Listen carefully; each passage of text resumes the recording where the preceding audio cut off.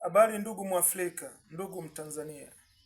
Ndugu Mtanzania, wale ambao wamewahi kufanya research watakubaliana nami kuwa research inaendelea vizuri ukiwa na literature review. Literature review una review katika proposal mbalimbali za watu ambao walishawahi kufanya research yenye title inayohusiana na ya kwako.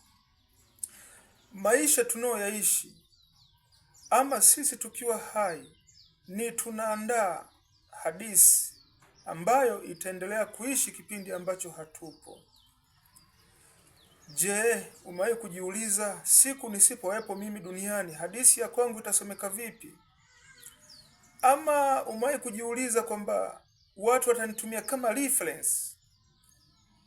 Ninakukumbusha kuwa zamana hii ya kuishi tulionayo tuitumie katika kujiandaa, tuje kuwa reference, watu watuchukulie kama reference kwa kipindi ambacho hatutawepo duniani.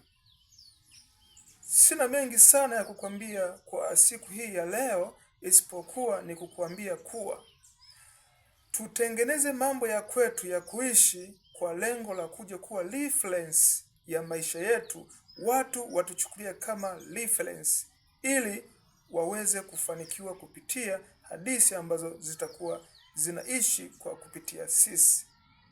Nafikiri nitakuwa nimekujuza nawe utakuwa umeelewa.